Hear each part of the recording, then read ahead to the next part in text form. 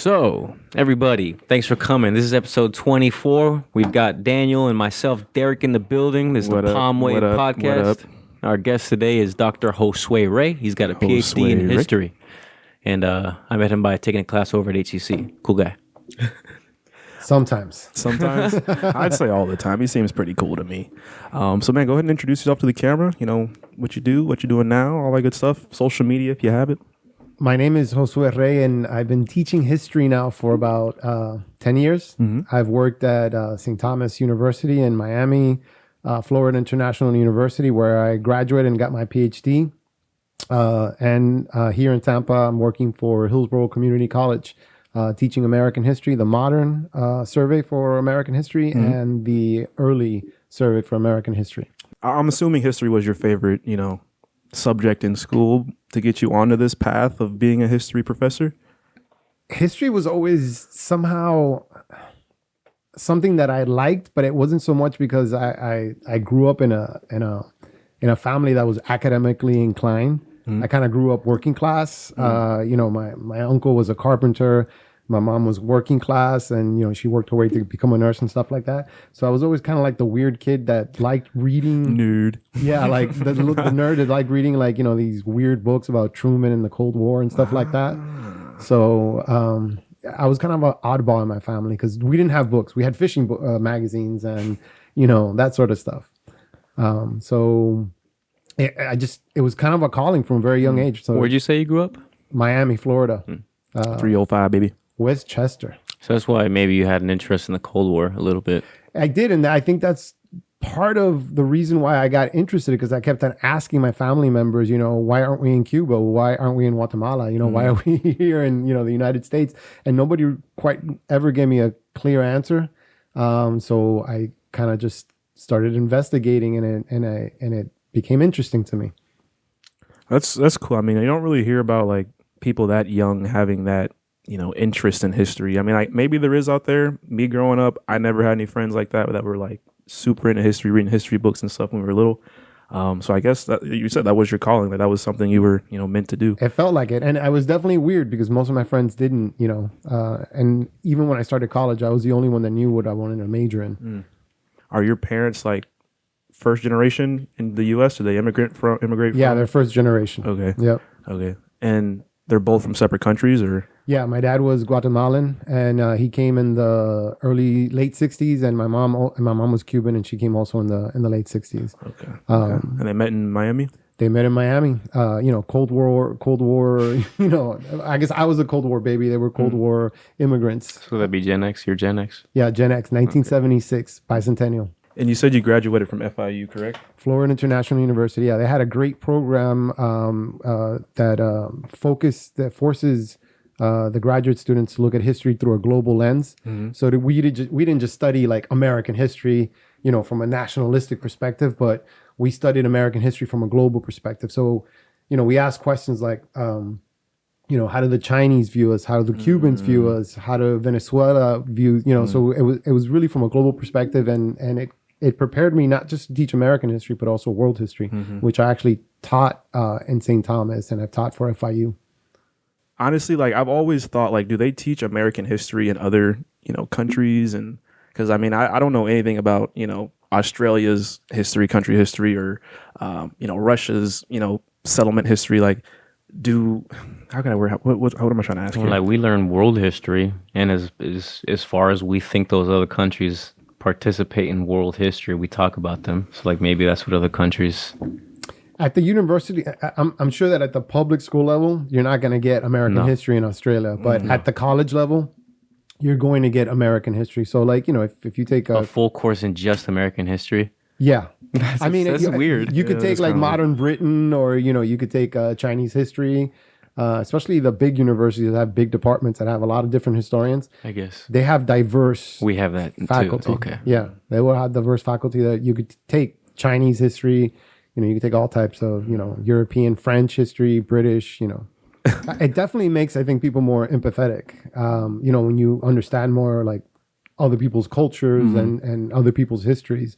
And it's important. The problem is that you can't remember all that stuff. Yeah. Like, I mean, if you're getting a PhD in history, you're not going to get a PhD in you have to pick a field. And in my case, it was, American history, modern American history, Cold War history.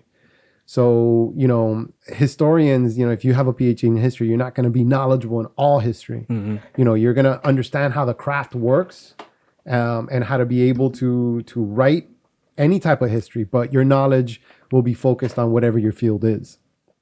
But I mean, it is important though to, I think at the high school level at least. I mean, I think world history is kind of important for our. I think we do learn world history in high school. Yeah, it was like junior year, Mr. Monroe. That's who we had. That's who Mr. Monroe. He's a cool guy. He was probably one of the cooler teachers that I had like in high school.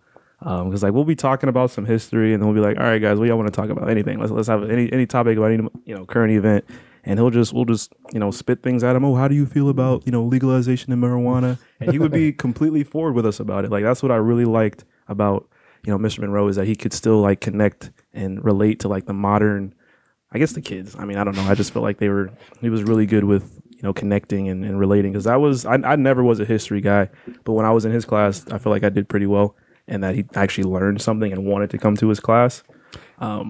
That's two different things right there. And I think, like you could have someone that's a really good historian and knows their facts, knows how to analyze primary sources, but suck as a teacher, right? So being a teacher in itself is a craft. So, it's not enough just to be a good historian, then you're just good at research. But then how do you convey that, articulate that information, to a generation of kids that might not be interested in that, or how do you get them excited about it, right? And that's what your world history teacher probably had, right? Definitely, he had that spark. Yeah, he was a cool guy. And honestly, those are the teachers that you remember that you had that want to go to their class. You wanted to go to their class and learn. So just so many teachers that really don't care. They're just kind of there, just going down the list of things and not really trying to be too involved. And I don't know, teachers, I feel like a lot of teachers at my high school were not that good. Well, the biggest problem, and I guess this takes us away from history, but it puts us more talking about pedagogy. But pedagogy, with the art of teaching, the biggest problem in at the public school level is that teachers are not trained to teach a specific subject. So teachers have to get their degree in education, and they spent the majority of time learning how to teach. But they don't. If they want to like teach history, they're not taking classes on the actual like history. Yeah, it's a syllabus. They're just following a list of checkpoints throughout the year of what you're supposed to teach the kids. Right. So if they're teaching math, they're not learning math. They're learning how to teach, not math. So the majority of the teachers that we encounter, right, at the high school level, they're not interested because they don't know their subject matter. And in fact, even if you do know your subject matter, let's say you're English major, your principal might show up, 2 days before school starts and tell you, guess what? You're not doing English this year. You're going to do physics, and you don't know shit about physics. So I think that's the problem with, I mean, there's a lot of problems with So like teachers are just being trained to be a deliverer of the system rather than deliverer of their subject. Pretty much. So how can you have that sparked out actually knowing the ins and outs of the subject? You know what I mean? You can't relate to something if you don't yourself know the ins and outs. So how can you convey it?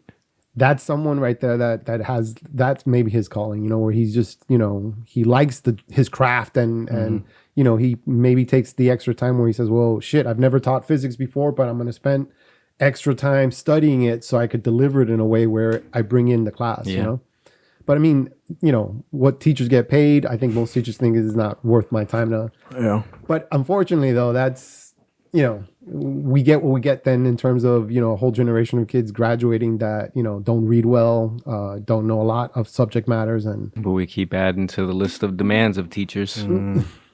I think the best thing that we could do is we could move away from the focus on getting a degree in education and focus on teachers teaching whatever it is, majoring in whatever it is they're going to teach. So instead of just getting a general education degree. Yeah. I mean, if you're going to teach mathematics, well, then learn your craft and learn the shit out of it. Just learn as much as you can of it so that you understand it in and out, and you don't feel uncomfortable in front of that class, like you don't know what you're doing. Spent 3 semesters learning about standardized testing or whatever. Right. From a teacher's perspective, though, I feel like if I were to go, say I wanted to be whatever history teacher, if I were to go to college and get my, degree in history, I'd want to go and be a history professor. There's more money in that than going back to a high school, and you know what I'm saying? Definitely. And you're not going to be able to, you could go into the college level and not ever take an education course. I mean, that's part of the reason why I chose not to go into high school, because I took an education course and I was like, this is not going to happen. Oh, so you have to have an education degree to be in high school. Yes. So Or I couldn't teach high That's school. the only way? I couldn't teach high school. Even with a PhD? Even with a PhD. That's wild. Most schools are going to like reject me because I don't have that degree in education. So, and I mean, I'm sure like, since schools are so desperate nowadays, they might make certain exceptions, but you can't teach unless you have that BA in education. That's ridiculous. I had a history teacher in middle school. He was a doctor, so I'm like, why you have your doctorate, but you're here teaching 8th graders history? I mean, some teachers, did he have his PhD in education? That could be. Probably. To Or- be honest, I don't know. Yeah. We just called him, I don't remember his name, but he was a doctor. Yeah. But he was a good history teacher too. Like, honestly, I've had good history teachers. I just don't retain the information. I'm not going to lie to you. Nobody retains the information. I don't retain the information. I mean, every time I go into a lecture, I got to freshen up, right? And I got to think about like, the data and what it is I'm going to discuss and how I'm going to tackle that, those particular issues. So, everyone thinks that, to be a good historian, you have to memorize stuff. But I mean, it's like any skill, right? You can't just go into like a football game without warming up. So, true that I might remember more facts than both of you because this is my, this is my life, right? But, history is not something, it's not about memorization as much as it's about understanding perspective and understanding relationships between events and people. You mentioned earlier you're working on the start of the Civil War and how the Western territories played a part in that. So, one of the things that I've been doing, it's kind of like my side hobby, which again, my side hobby has to do with history. So I'm doing these garage documentaries. They're really like low budget documentaries. But I kind of, want to create a YouTube channel that goes beyond some of the stuff that's out there in YouTube right now, which is just really bubblegum history. And I want to give, the public sort of a sense of what's more academic history.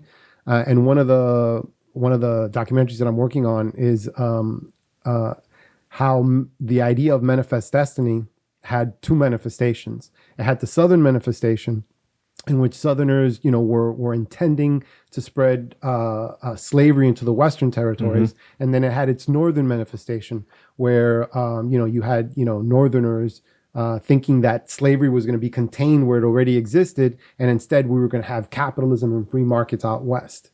And what I'm trying to push on this particular documentary is that, from this particular angle, the Civil War wasn't about slavery. It wasn't about states' rights, but it was really about which side was going to control the Western territories. Okay, let's get a map of the Western territories.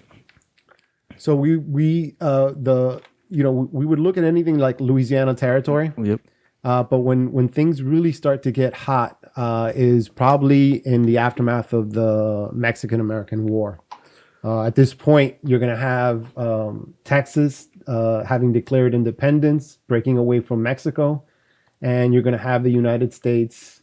You're going to have Texas, asking the federal government if they can become a territory of the United States. There's a lot of land. Yeah, it is. It is a lot of territory. And you could, and Doubling. And when you start to put things in that perspective, you begin to realize that this nation from the very beginning was made up of 2 nationalities, right? You have the Southern, the South being in itself its own nation because it's got its own political ways, it's got its own economic ways, it's got its own religious ways. Even though both sides are Protestant, they Different views. Yeah, they understand it differently. And these 2 nations were competing for this territory. I mean, as you could tell, there's a lot of resources out there, right? And they both want it. And particularly for the South, they want the land because cotton production depletes the soil. So they need more land so they could, make more cotton and then that's their primary source of investment, land and slaves. A little random thing that I think I remember is right. When they bought the Louisiana Territory, I think it was like cents on the acre or something like that. Yeah, it was ridiculous, and it was Napoleon was pretty desperate. He needed money because he was fighting a war over in Europe, and Thomas Jefferson got a sense of his diplomatic crisis, and he sent a bunch of diplomats over and says, I'm going to give you a blank check. You just do whatever it is you got to do to get that territory. And ironically, Jefferson was always like a minimal government kind of politician. But the decision itself, he put a lot of power into the executive branch of government because he made the decision without ever discussing this with Congress or anything. Oh, really? Yeah. So he sent the guy with the check without asking anyone. Yeah. Hey, go handle that. Nobody complained, obviously, because it was a lot of territory there. But he was the only one that thought of it. And it's not like it was for sale. He was just like, hey, Napoleon. Now, obviously, nobody asked the indigenous people that live there, right, whether they wanted to be sold or not, which, shows the Eurocentrism of the time where Europeans and Americans didn't really consider Native Americans owning that land at all. Yeah. I mean, what else? They're there before you. What do you think, man? They just didn't see them as people. Jeez. I mean, if you want me to bore you, it all breaks down to theories of evolution, right? Eugenics and shit. Well, no, not to that level. So the way that Americans sort of justified taking this territory is that Native American people weren't economically evolved, where like Europeans had like surplus economies, banks and shit, right, in which they took they took land and they invested with innovative technologies and tools and that sort of stuff, and they made more money, and they took that extra money, the profit, and then reinvested it. Native American people had what is called subsistence economies. So they used the land for what they needed right now, and then they went fishing and relaxed, and and the idea was, well, Indians are not really doing anything productive with it because they're just subsisting on it. Where we're going to be, we're going to make profit, so we deserve that land more than they do. So they, the entitlement. Well, people have to rationalize things. People don't just do evil things, right? Yeah. They have to rationalize why they do evil things. So, most people that do evil things don't think they're evil because they have these weird rationalizations. And I think that's what makes history interesting for me, right? Where everybody sees, good and bad. I just see regular people trying to justify stupid shit that they do. So there's a lot of talk about, like, this may be a little controversial, that there were blacks in the United States before, slaves got here. Do you have any, like... Is there any possibility to that? Yeah. So that sounds like 70s kind of like historiography. 70s historiography? This goes back probably to the... And I'm not sure what specifically, but I'm thinking, it sounds like the Mali Empire. There was some theories, because Europeans were the only ones that were interested in expanding into the Atlantic. The Chinese were interested in expanding across the Pacific. So were cultures in West Africa, just like Europeans were. And I don't think, and don't hold me on this, but I don't think there's hard evidence. But it's been suggested that Mansa Musa actually sent one of his siblings out west across the Atlantic to see if he could find a direct route to, the societies that they traded with. Remember, they didn't know North America and Central America. So, they're in the 70s, they found these statues that they were racially profiling these statues, right? That looked black, big nose, big lips, whatever. Right, and I don't know the name of the book right now, but this dude, found these and started writing up this whole theory that these people that were sent by Mansa Musa, the Mali Empire, actually made it to Central America, and they ended up establishing, a settlement.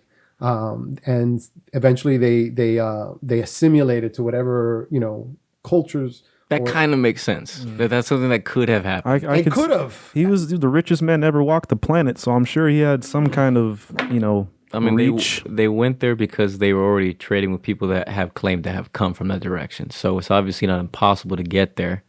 And this is the richest guy ever. He didn't send one ship, right? I mean, I remember reading it was a lot of ships. Yeah. A lot of ships. 2 expeditions. The first one allegedly failed.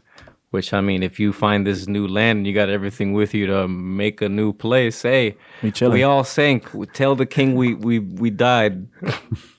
And these type of ventures were extremely dangerous and expensive. So, the fact that they're putting so much money into it means that they thought there was going to be returns. And it's just a fluke of history, right? That the Europeans were the ones that were able to establish a return route, because the Chinese also attempted it. So like at some point in the 70s too, they found everything happens in the 70s. They found these Chinese anchors off the coast of, I think it was San Francisco, I forget where. And they realized that there might have been some expeditions from the Ming Dynasty that actually made it that far. I believe that too. If the Polynesians could do it and they were broke. Right. And they didn't have the ship capabilities that the Mali Empire or especially the Ming Dynasty had. I mean, the Ming Dynasty had ships that looked like modern day aircraft carriers. It's crazy. It's pretty nutty. Like the Chinese might have been the dominant force for the remainder of history if it wasn't for that one emperor that decided all of the merchant ships got to go, or he got paranoid from the aristocratic class and he just said no more trading, and obviously. Yeah, the Chinese historically have always been very xenophobic, scared of foreigners. But the spiel that I remember was that the Mongols were threatening the Ming Dynasty again. So he took all that money that he was investing in oceanic exploration, and he decided to put all that money into the Great Wall of China. Oh, okay. So it was a stupid decision where obviously he was going to get more return on oceanic exploration, but he decided to, invest in, and I think part of it had to do with, his fear of foreigners and fear of merchants and fear that these people would bring in all these foreign ideas and, destroy his dynasty. Basically. You said that there was, Chinese anchors found in San Francisco or whatever. How, I don't know where my timeline, lines up with this, but I remember seeing something about like people in Asia moved through Russia across that like land bridge and then down into, so I don't understand like where that, This is how North America got populated. And we're talking about nomadic people from Asia during one of the coldest periods in world history, where there was actually a snow bridge over the Bering Straits, and these nomadic Asiatic tribes just migrated over and ended up becoming the Native Americans right? We're talking about like way 100,000 years ago. We're talking way. So that's getting to San Francisco would be like what, 1,000? 1435 would be around. You can tell that's history. In fact, there's a book called 1435. 1435. Yeah. Long ass time. So in 1435, they were on the opposite coast 10 years before Columbus got almost to the U.S. coast. 50 years. Yeah. That's crazy. It's weird how things happen, but that's the thing about history. It's all about accidents, right? I personally don't think that Columbus was making a mistake.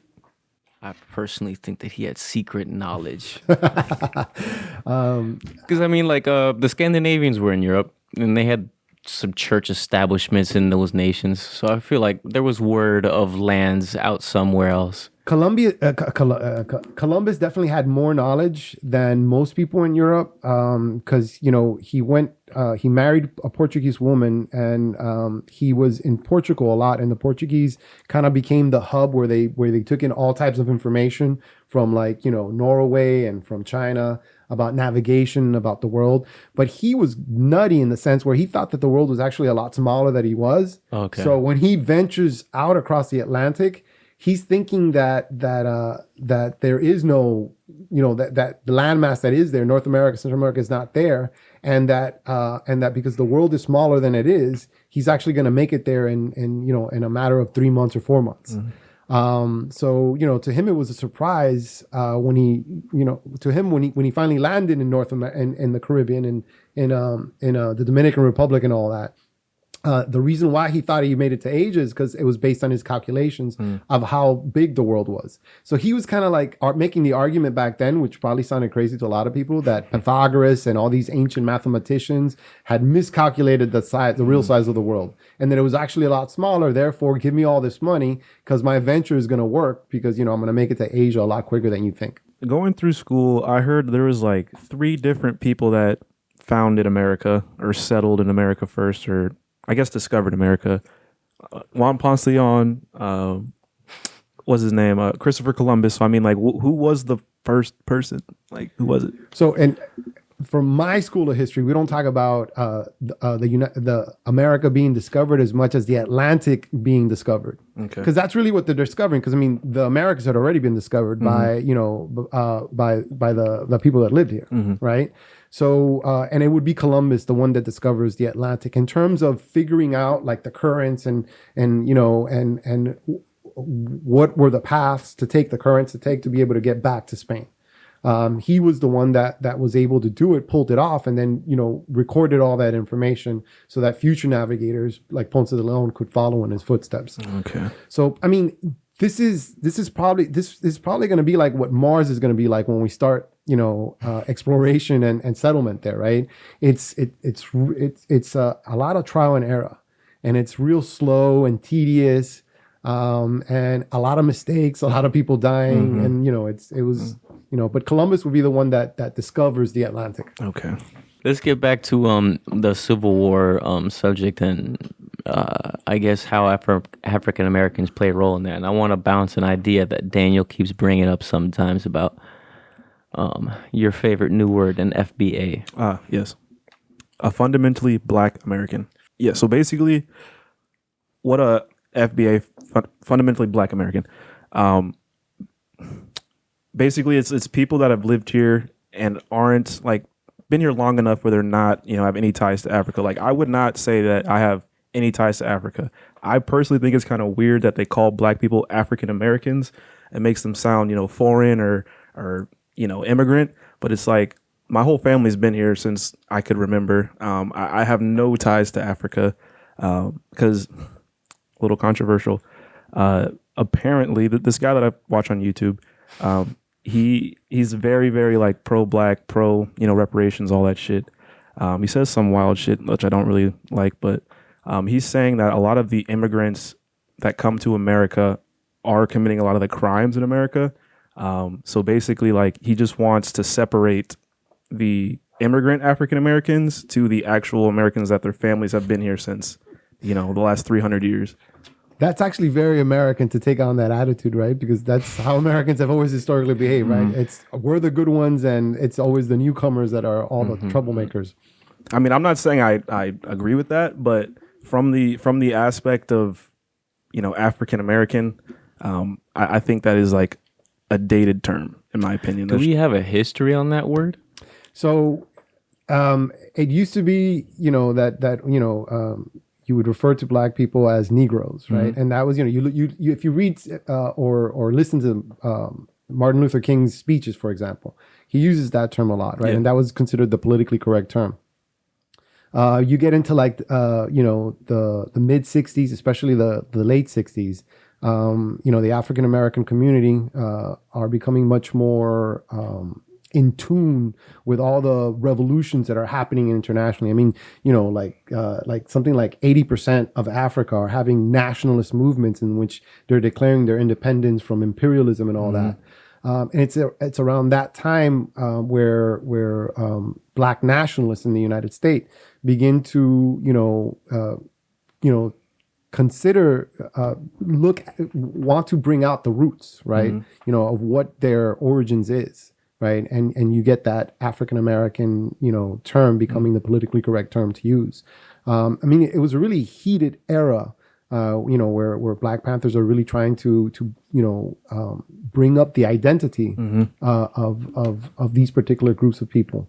So, I mean, it's interesting you say it's outdated. I would love to hear why you think it's outdated. Because like I said, I feel like it's just like a term that's just, it makes us feels separated. Like I feel like it's a separation or a. It was. I mean, the way that you described it, it was intended to create a separate identity for a group of people because they felt like the mainstream one didn't reflect them, and now it's almost like a twist of fate. German Americans or Italian Americans or what I'm saying, that's not on the little checklist. You see, I kind of agree with you though, because I had this issue. Like, so I'm Cuban, Guatemalan, right? My wife's Vietnamese, and my son could be Latino, could be Asian, right? But when he started school, I remember getting really pissed off. I'm like, there's no fucking box for him, right? So I wanted to put American, and I actually just did put American on there. And the administration in his elementary had like a conniption. You need to pick a box, to the point where I didn't want to pick a box, right? Right. So I think I agree with you, right? It's kind of ridiculous. I think we should start forgetting that we're Cuban American or Italian American or African American. Just realize, we're fucking American. Exactly. And what makes us American is the fact that we are mutts.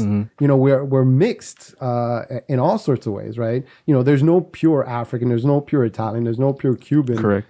It's just, but yeah, I could see. You see where I'm coming from? Yes, from that? I mean, I get, when you have kids, you're gonna get agitated because I got really agitated, especially if your wife ends up being, some other. My wife's probably gonna be white or Spanish. Yeah, and then where's the box, right? What is that?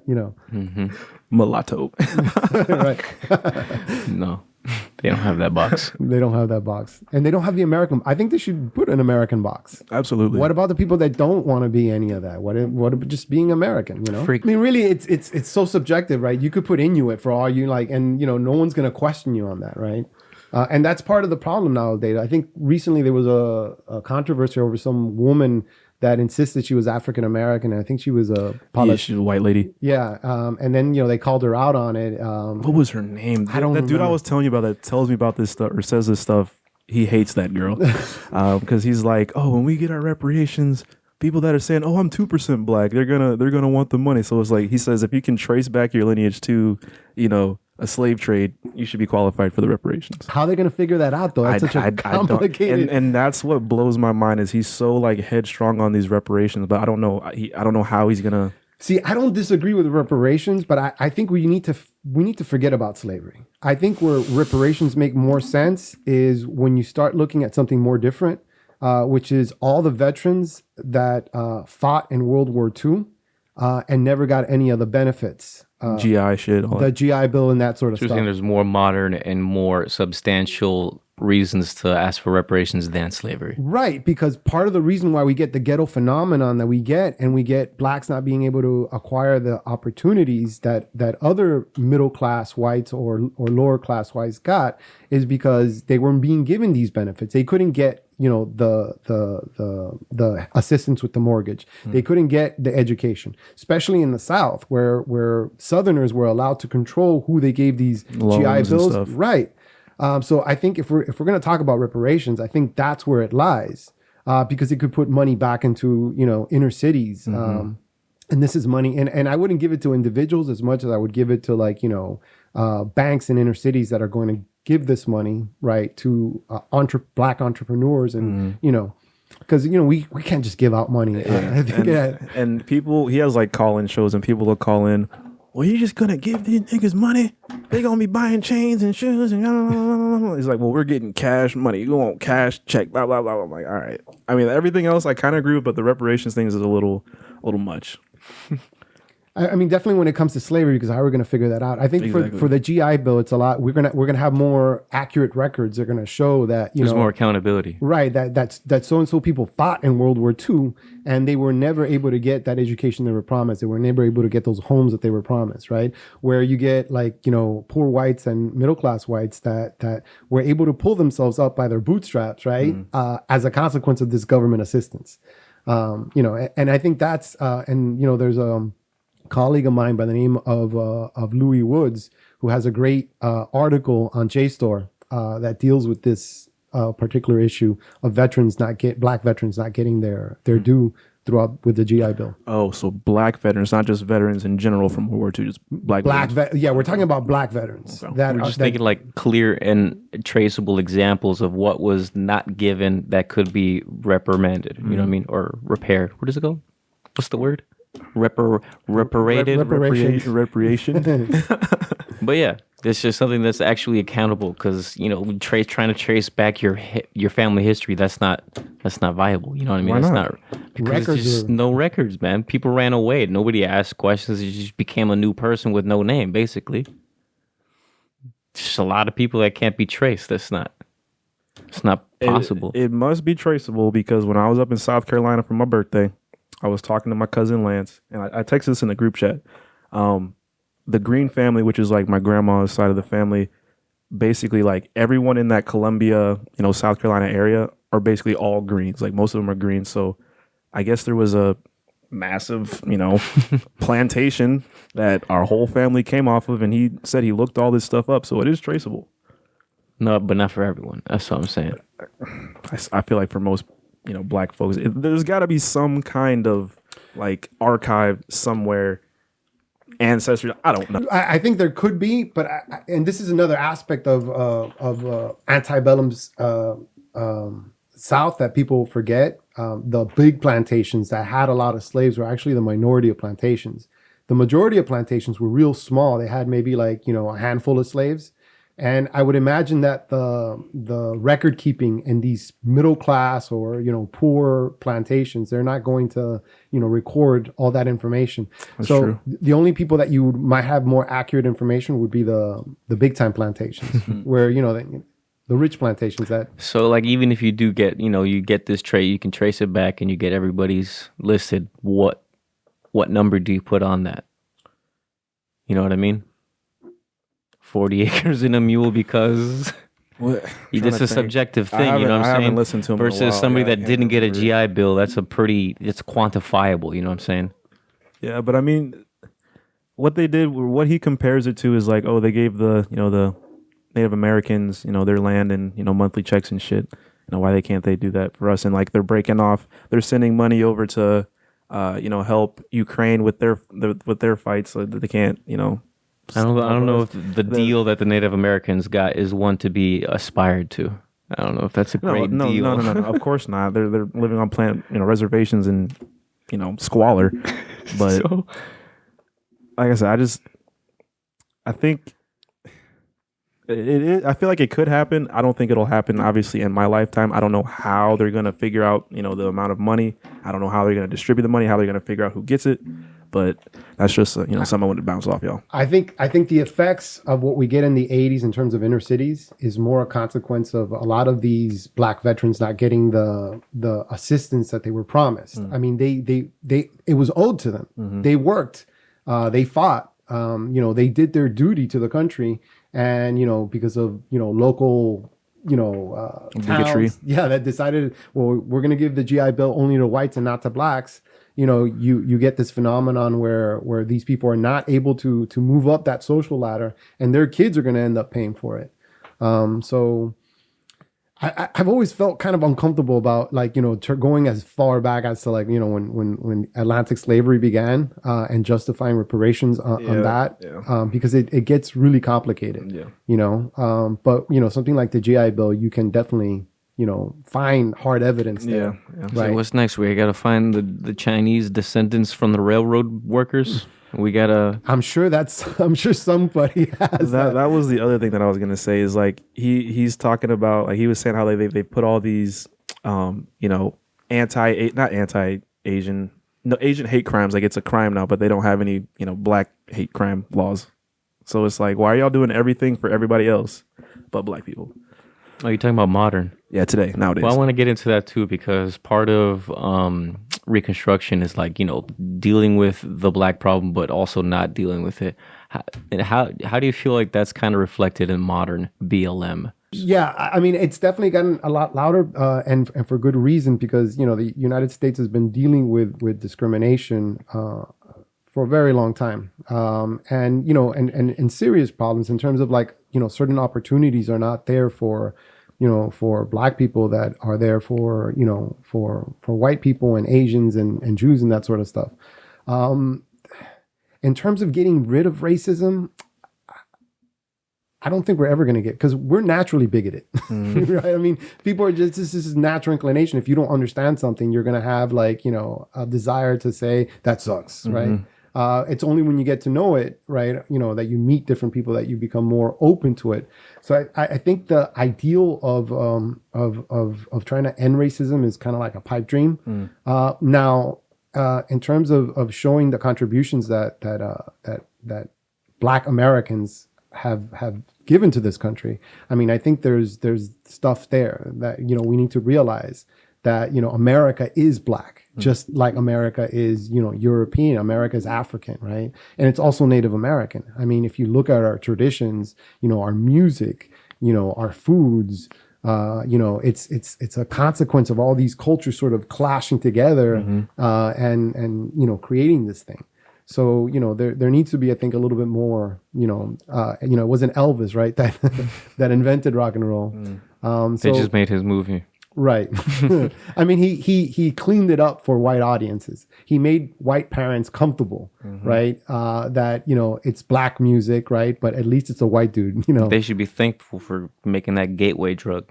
Elvis was the gateway drug. And that's how some historians actually interpret Elvis, not as a bad thing, but actually as a way to bring, you know, Black Blacks culture together. Yeah.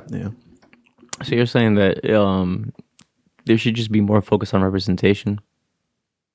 That's kind of what you're saying. Is that we need to just remember, or have people remember that this is us, or America is Black, like you said. Yeah, I mean, I think we need to picking out like racial, like that's kind of like a fuzzy target.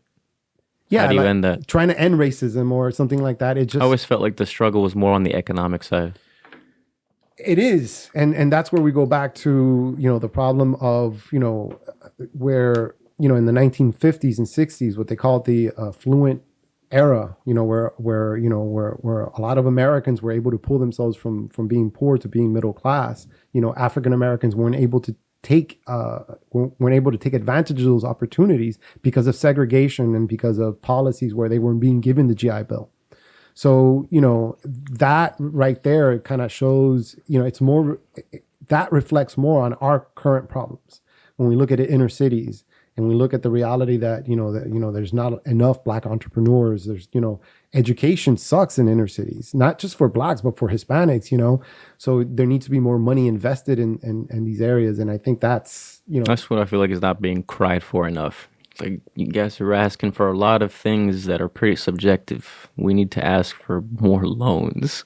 Right. I think free education. I mean, as an educator, right? On the college level? At the college level, yeah. I think that's one of the things, but also more money in poor schools.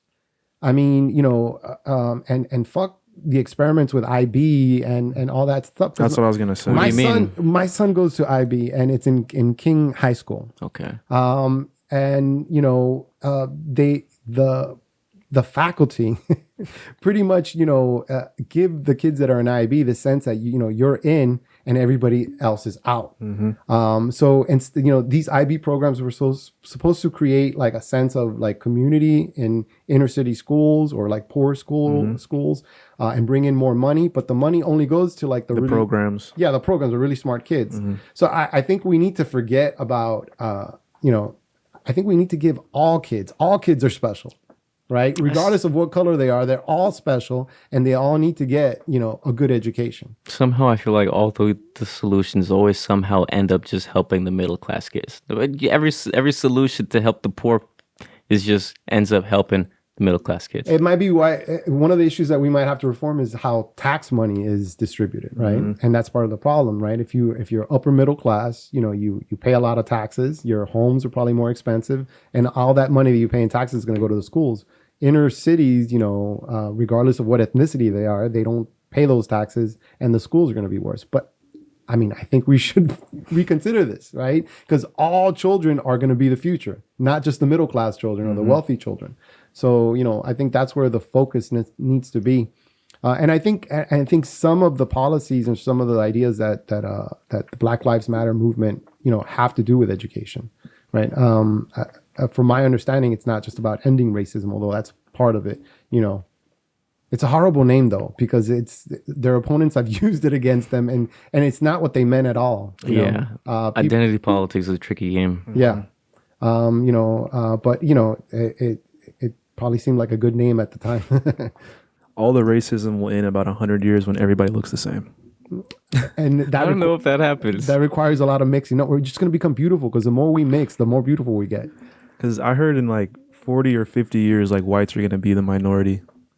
I don't know if y'all have heard that or not. Yeah, we've heard, and that's what gets like all the Trump supporters. I think they already are personally. I think they already are the minority. And I was telling him this. It's because of Hispanics. I think that's what I'm kind of brown. Not most people would say that I'm brown. white, but to the government, I'm white. How many more like me?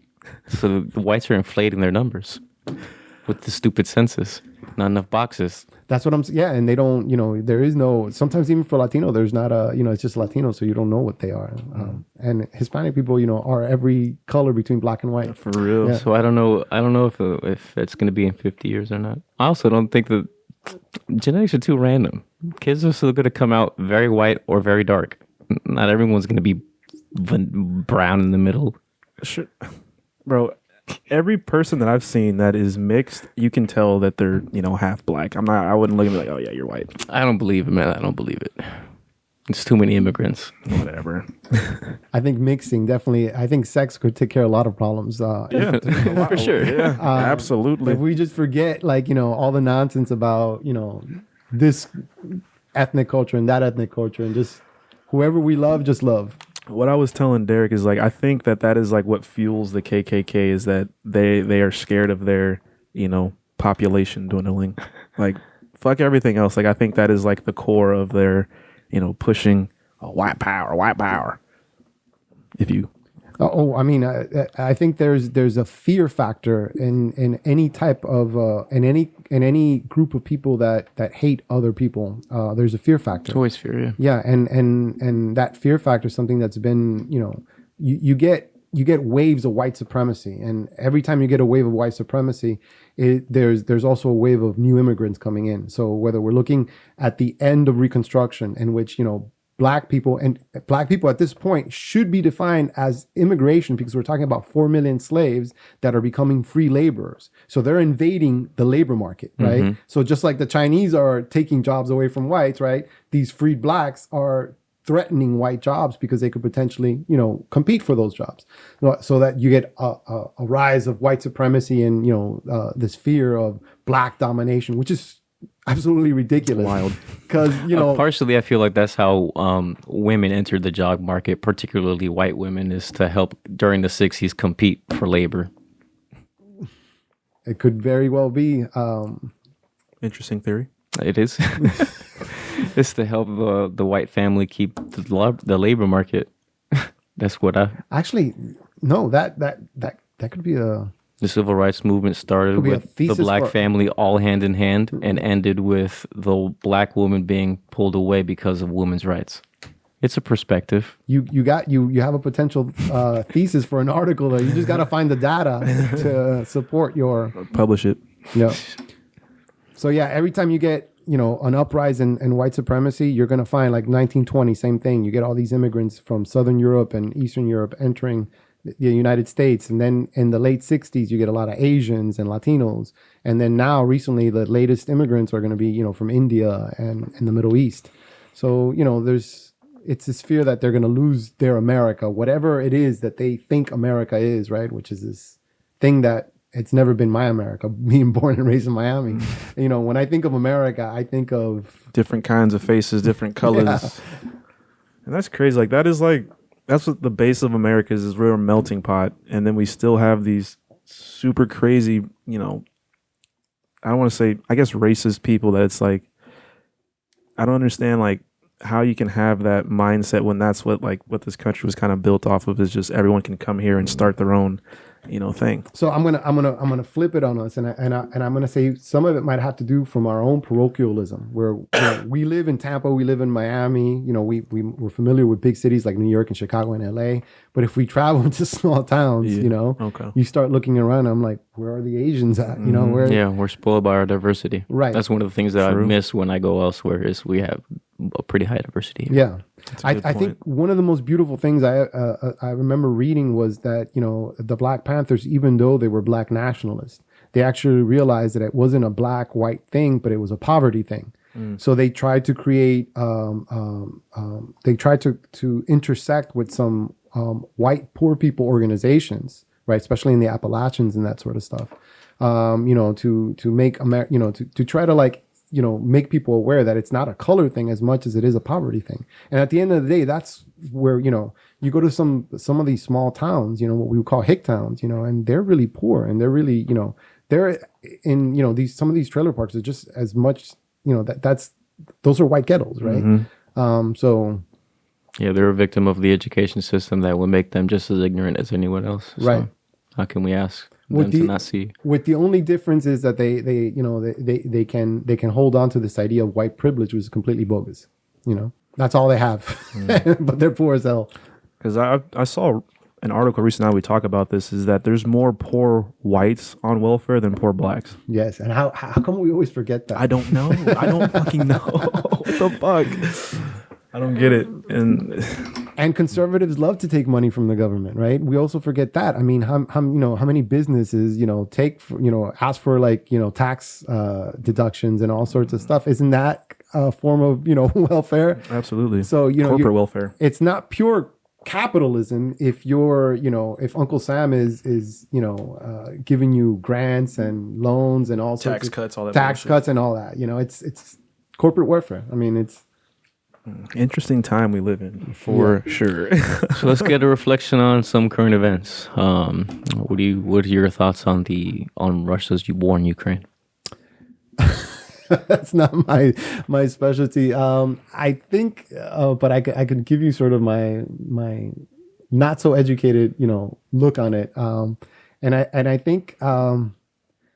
I think from the Russian perspective, I guess I think the Americans have been pushing really hard for Eastern Europe to join the United Nations, thinking that it's going to pull those countries closer to sort of like the Western European, the American sphere of influence, and it's getting Russia agitated that they might actually lose some of these states that had historically always been linked to Russia and linked to their politics and that sort of stuff. Because wasn't it like Putin was from Kyiv or something like that, Kyiv, and that's where he would go every summer? Yeah, something like that, yeah. And he just wants to take back that city because that's where he loves it, and I don't know. That just seems a little selfish in my opinion, but I think my understanding of it has to do a lot with the politics of the United Nations and how some of these Eastern European countries are looking to become part of the United Nations, and that's a threat to Russian hegemony in that area. It might be that they think antiquated in the sense that they think that somehow if that happens, Russia would be surrounded by and would be defeated and taken over, or who knows, maybe our politics are going that way because nowadays you think about how Americans are becoming extremely nationalistic. It's all America, raise the tariffs and all that sort of stuff. Right. So maybe there's something going on, spirit of the times where big nations are becoming extremely nationalistic, which is not a good thing because as soon as we do that, we're gonna start making those kind of like decisions where we're gonna start invading neighbors and stuff like that. That's crazy. It is crazy though because it's kind of like us invading Mexico. I mean, is Ukraine part of the UN? They've been trying. They're again, from my not so educated, whatever you say, I'm gonna believe. Just whatever you say. That's a horrible thing. Never do that. Never believe your professors. Always question them. From my understanding is that they've been trying to be pulled into the United Nations, and there's been conversations about them becoming part of the United Nations. Whether they made the final decision or not, I'm not quite sure, but I think not, and I think that's part of why Russia is behaving the way it is because of that possibility. I was under the impression that they weren't. Or that they were because all these other countries were sending them aid. All these other countries are sending them aid. I thought that was only like a UN thing. If you're part of UN, we send you aid. So I just assumed that they already were, but I guess not. This is giving aid at this point gives the UN all sorts of credibility, and that's what an organization like that wants, credibility, and definitely gives the United States a lot of credibility because look how wealthy and powerful they are that they can give funds to this issue, even though the Ukraine It's got nothing to do with us. right. And this is a diplomatic game that nations play all the time, which is they're trying to earn credibility in situations like this. And if they look like they're on the side of good, they're gonna get brownie points internationally, and they might end up getting other European nations that will say, well, we'd rather be allied to the United States and Western Europe than Russia, and that was the game of the Cold War. That was what the Cold War was all about. It was about winning the hearts and minds of the third world. Learning, I like it. What do you guys? I guess you've kind of shared that. You've shared that your knowledge of history is not too much, but like, correct. What parts of history kind of like pique your interest, where you're kind of like, if there was something you needed to know, right, and you wanted to know what.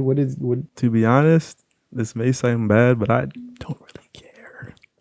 And actually, I think that's kind of, from my perspective, having worked in this field for a long time, I think that's kind of the problem sometimes, that a lot of people don't care about history. But I don't think it's unnatural. I think it's actually quite natural. I mean, we're not. If we were constantly thinking of the past, right, and wallowing in the past, we wouldn't progress. So I think it's part of the culture of our society, right, where we're not historically oriented. We're more future, focused. Exactly. But I mean, aren't all organisms somehow, they got the genetic makeup, right, that gets them where they're at, right? But ultimately, to survive, you can't be focused in the past. So I wouldn't feel too bad that you don't have an interest. I think it's quite natural. Having said that, though, right, I think too much history, and this is coming from a historian, could be a bad thing, because you might end up like that dude on YouTube who becomes too obsessed with what African Americans have faced in the past, not realizing, right, that the past is the past, and that there could be a new future that could be created. So there's disadvantage to being too historical, right? But there's also advantage to history, which is understanding it so that we can acquire certain lessons, so that we can use them in the future, right? What do they say? You repeat history, you don't repeat history, something like that, or history always repeats itself. Yeah. Although I disagree with that, because I feel like history can't repeat, because it's physically impossible, because we're constantly in that river of time. But I mean, the idea is that there are valuable lessons in how we manipulate history, right, to be able to use it to teach it to a future generation, right, where they can, I'll give you an example, and I think this is something that's kind of important, and from a historical perspective, sometimes historians like to victimize certain groups a lot, whether it's women, African Americans, right? But what do you think we're doing when we're victimizing African Americans and women and other type of like minority groups? You're solidifying their position as the weaker. Right. So we need to learn how to be creative with history. And we need to realize that just because, someone's a victim doesn't mean they're powerless. It just means that you can't see their power, right? Their power is like, subterranean power. They haven't gone Super Saiyan yet. Right. Exactly. I think understanding that, right, you start to realize, right, that if someone appears a victim, it might be because, they lack an ability to express their power. Doesn't mean they don't have power. They could, they can spit on the master's, food. They can, poison. They can break a tool and say, "Oh shit, I broke the tool. Stupid me. I get an hour break now because you got to go get a shovel," or something like that, right? So interpretation is very important, and sometimes historians focus too much on the negative, and we need to learn how people survive. I think that's more important than how they die, right? It's how they survive, how they make it through big problems. Seen any good history movies lately? Actually, I don't watch too many movies. No? And most of the times when I watch movies, I watch sci-fi because my wife loves sci-fi. What was the last thing you saw? We're watching The Sandman right now. Sandman. It's not a movie. It's a series? Yeah, a series. It's Hulu, Netflix. Netflix. It's about the Angel of Dreams. That's what The Sandman is, right? Yeah, right. and he loses his power. Some human like takes him over, and So it's about the actual Sandman. He's a guy. yeah, he's the guy, and he actually I don't know if you guys know the band Love and Rockets from like the late '80s, but the Sandman looks like the lead singer from Love and Rockets. I was Is there a song we might know? Alive. I'm not gonna sing it for you because my voice like We'll look it up later. yeah. All right. Okay. I think if I was going to learn more about a period of history, it'd probably be the Dark Ages of Europe, just to understand more of what created the mind that, went to conquer the world. And then also just prehistory, which is obviously not easy. I think the Middle Ages I don't know anything about the Middle Ages, but it's kind of the history of the church almost, basically. yeah, it is. But there's a lot like recently in the past 40 years, and that's kind of recent for like historical like research, right? There's been a lot of cool studies, and what I gather is that historians that study the Middle Ages don't like it to be called the Middle Ages, right? Because it was actually an era in which the church was dominating, but there was a lot of prosperity in certain places and in certain things. So it's a field of history that we don't look at too much. But so what do they want it to be called? The Dark Ages, the Middle Ages, the medieval. Historians get into this like word game all the time, right? Revisionist historian will come in and say, we shouldn't call it the Middle Ages. It was called the Middle Ages because of the Renaissance, and the Renaissance. Yeah, they're just jealous of the Renaissance. You got a cool name, and they're just studying the Middle Ages. That's probably what some other historians say. Like, you guys are just jealous because you should have majored in the Renaissance. Yeah, I would like to know more about that, and also just ancient stuff. Lots of theories. Do you obviously you've seen the stuff about UFOs recently? Wait, before we go there, how accurate is this? I heard there was I guess like maybe it was Mansa Musa or some other more went to Europe and like showed them about soap and how to wash your ass with water. And when the Moors got to like Spain. Europeans were pretty disgusting back then. During that era. I guess this is a good example. Everybody knows Pocahontas, right? And the love story between John Cook, Will Smith. John Smith. John Smith. That's his name. Damn it. John Smith and Pocahontas. The reality is that Europeans didn't bathe very much, and Native Americans bathed 3 times a day. They like to take off their body hair. They were they like to smell good, right? Or as good as you could smell back then. Living where they lived. And Europeans would have been completely disgusting to them. Oh, yeah. They would have smelled horrible because Europeans didn't like to bathe because they thought they would make them sick. They wore really thick clothing in summertime. So just BO, yeah, sweat, so swamp ass. Yeah, they would have.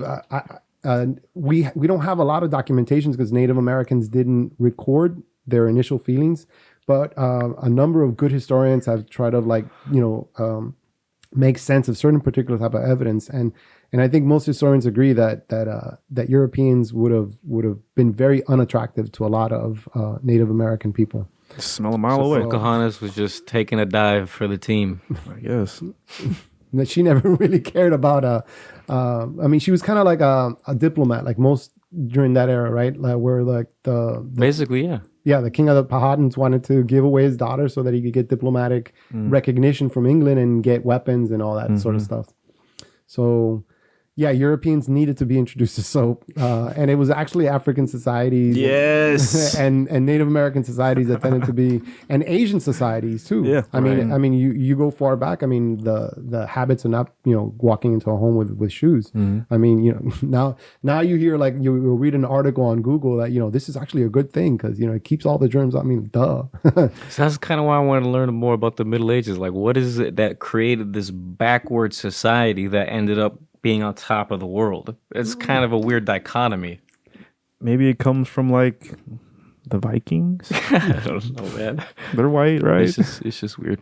I mean, this would be a real long conversation, but I mean, I think this is one of the interesting things about history, right? Which is why you should never underestimate the underdog, right? A nation that's not, because Europe is a great example of that. China had more money than the Ming Dynasty had more money than Spain. Had more money than England. They could have pulled it off a lot better in terms of becoming an oceanic power, but who ended up doing it? Spain and England, which were underdogs. So Maybe resources. You got the ocean right there. I mean, that would make sense. Right. They pulled it off where other societies that were wealthier didn't. And that's the thing, though. Poor people usually will take chances where, if you got money and you're well off, you're not going to take risks. And these were big risks. So I keep on thinking, who's really going to go to Mars? I mean, are Americans really that desperate to go to Mars, or is it going to be some type of underdog nation that's going to? I don't know. Elon Musk seemed pretty desperate. He does seem pretty desperate to go up there. Bro, let's be real. We're already there. There's people already on Mars. There's a base on Mars already. Well, that's conspiracy. No, it's true. Personally, I think the ventures of Elon Musk and just the relative ease that is being able to get to space as a regular citizen, as a regular citizen, yeah, regular citizen, billionaire or not, they're still a regular citizen. They didn't get no government briefings. They didn't get permission. They just paid their ticket. You know what I'm saying? So I feel like that's kind of what's rushing these governments to get to disclosure on like UFO files and stuff like that. Because we're just gonna go up there. We're seeing it. We're gonna see it. Personally. So you had a question on UFOs. Where's the stuff on UFOs coming from? There was a video today. The government's starting to, or the military is starting to disclose. Their pilots are seeing it on the cameras and stuff like that. Let me see if I can find it. There was a video today. They just got released today. They're coming out all the time. Oh, I gotta check that out. Which is weird because before it was like, we're not gonna tell anyone anything, and then all of a sudden, with no precedent, they're just starting to let us see all this information out. They're just being told you're allowed to go and tell this and encouraged to go and tell. It's just like, why now? What's going on? That is interesting, and it makes you suspicious whether like the information they're giving out is actually true. Right, of course they can give us whatever little package of papers and say this is the truth and we have to believe it. Yeah, but yeah, this was today. There was this girl. She was just out in her backyard, and like, literally, it was spinning. It looked like an airplane, but it was like rotating, like a screw. And she wasn't tripping. No, it's on. Got it on video. She got it on video. It was on the news. So hey, they letting us know, bro. They letting us know. My mom would love it because my mom is a total like believer in UFOs, and I mean, I grew up in the few times that we get to go camping, every evening my mom would wake me up and I saw a UFO, and I remember as like, you're lying. Yeah, you're nuts. What have you been drinking? So I'm sure my mom would appreciate that. Do you have any stories? UFO? You personally? No, this is how we end the podcast. By the way, I've never seen a UFO sober. How about a ghost story? Anything paranormal, unexplainable? I grew up in a family that practiced Santeria, so oh shit! I grew up with a lot of ghost stories. Yeah, and medium. My aunt, please tell. She can bring this slave girl that can help you and guide you. Now, in my older years, I've become quite skeptical. And hopefully she won't listen to this, but of her powers, but it's something that I grew up with. So growing up, I definitely feared ghosts and feared the supernatural a lot because I grew up, they told you about it, right, thinking that there's evil spirits and that sort of stuff. Mm-hmm. So and I still wear my abuelita's there you go out of protection, but I don't know, as you get older, sometimes you become skeptical and you kind of like become more atheistic. Mm-hmm. And I'm kind of like, I feel like if there was really a supernatural world, it would have revealed itself. But maybe not. I don't know. I definitely believe that there's multi dimensions, and maybe we have to turn to physics to understand that maybe sometimes when we see things, maybe dimensions are crossing or something like that. So I guess what I'm saying is that there has to be a physical explanation. But I have seen weird stuff, especially as a young kid. And I don't know if it's because of the influence of my parents, telling me this stuff where, I remember seeing, heads floating. Oh, shit. And lights coming on and stuff like that. And I couldn't quite explain it. So I was a skeptic, and I went to this lady's house who is not a medium, but she can see spirits. Yeah. And she showed me everything. We got to get her on still. No, we still got to get her on. She lived in this house, I guess, back in like the early 1900s, and over in Odessa, house. I guess somebody died there. It's an old ass house, so it's haunted, and it used to be owned by one of the mob families in Tampa. Yeah, who would do moonshining. And stuff. Moonshining out there in Odessa. So basically, she just said like, this house is extremely haunted. she was showing me pictures. Like I didn't believe her. She was saying how like Ghost Hunters comes out to her house every year to train everyone at her house. And I was like, you got to show me this shit. So she pulls up her computer, opens up a picture file, bunch of pictures, opens up a audio file, a bunch of audio, and she just goes down and shows me it's called a EVP, EVP, electrical voice phenomenon. And she put this little recorder in one of the rooms in the house, and I guess when the house was built, that was like a nursery for like kids or whatever, children, infants. And they set it in there overnight, and they went back and reviewed the tapes, and like you could hear like a baby cooing. And she showed me, like I'm getting goosebumps even talking about it. And then another video she showed me, I guess the guy that lived there, she pulled up a picture on Google of the guy that like built the house and owned it and lived there for whatever, like 40 years. I guess he died in the house, and sometimes his spirit or apparition will just walk by or whatever. And she just so happened to be upstairs, like taking a picture of the crew. And it's like they're all up against this wall at the top of the stairs. And there's this big mirror from like the roof down to the floor. And when she took the picture and like whatever, developed it or whatever, you could see the silhouette. Like the man was like facing this way. So you can just see the side, like the silhouette of the man. Like she showed me a picture of him. And then you could see like his collar on his shirt. You could see the head shape was the same. It was like, I will take that to the grave. Like ghosts are real. Like I've been completely convinced. I've had my own experiences. I can't deny that. I've never had an experience. From my experience as a youth, I mean, I felt that. I think I think too, it has to do a lot with your level of like interaction with those particular religious beliefs or particular experiences. Where the more you tune yourself to that. So. I mean, but I didn't believe any of that shit. And then she showed me all this stuff, and I was like, I can't deny this anymore. Yeah, like, I can't. I've seen some weird stuff. I mean, I've seen, back in the day, when we used to go to like Toque Santos and stuff like that, I've seen, people cut themselves and then heal.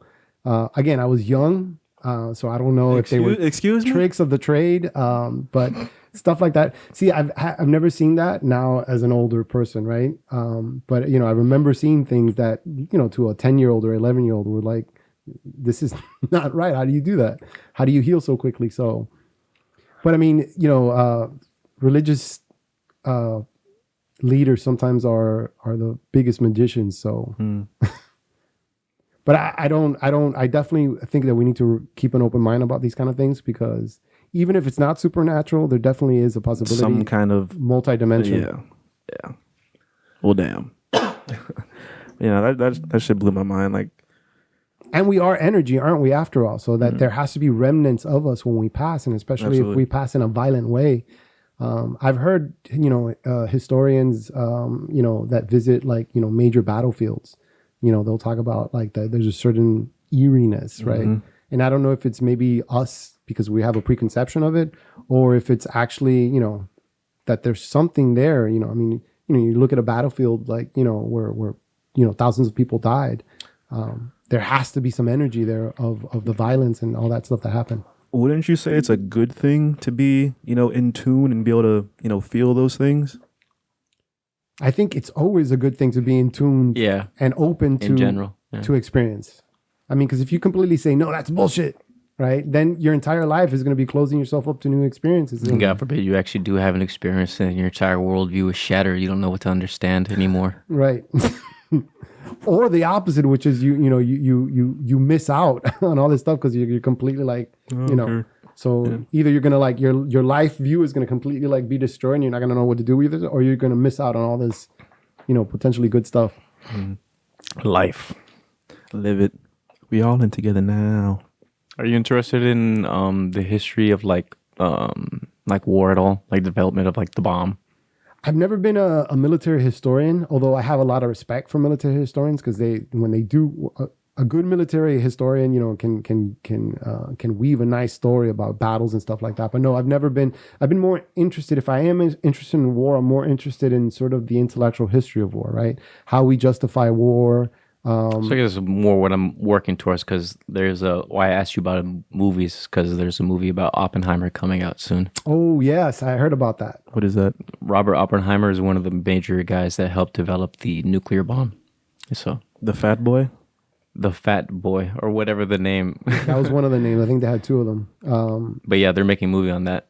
So I'm really looking forward to that. I like biopics. Yeah, what was the one that it was a while ago, but it was about the mathematicians that broke the Nazi code. Yeah. I forget, but it had the guy that plays Doctor Strange. Yeah. Yeah, that was a good movie. I watched that on a flight. Yeah. Great, best movie I ever watched on a flight. Mathematicians, you think, oh, it's stupid, but no, it was a good movie. Math can be fun. Yeah, that was a cool movie. Never. Well, Never. and that was episode 24, everyone. It was a pleasure. I hope everyone learned something. And if you didn't think that history could be cool, you do now. History's cool, guys. Or culo. It could be either one. Any last statements you want to get out there? Read Read. a lot, because we're not meant to read, but when you read, a whole world opens up. So don't be scared of reading. I think the new generation sometimes is focused on other stuff and not enough reading. We're becoming a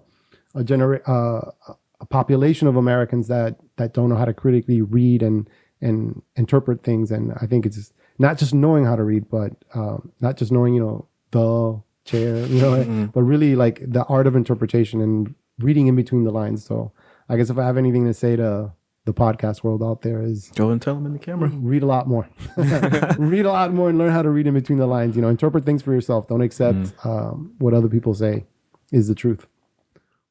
Whatever you say, I'm going to believe. All right, guys. Thanks for coming. Have a good one. All right. Thank you. Peace. Good work. Nice. Oh,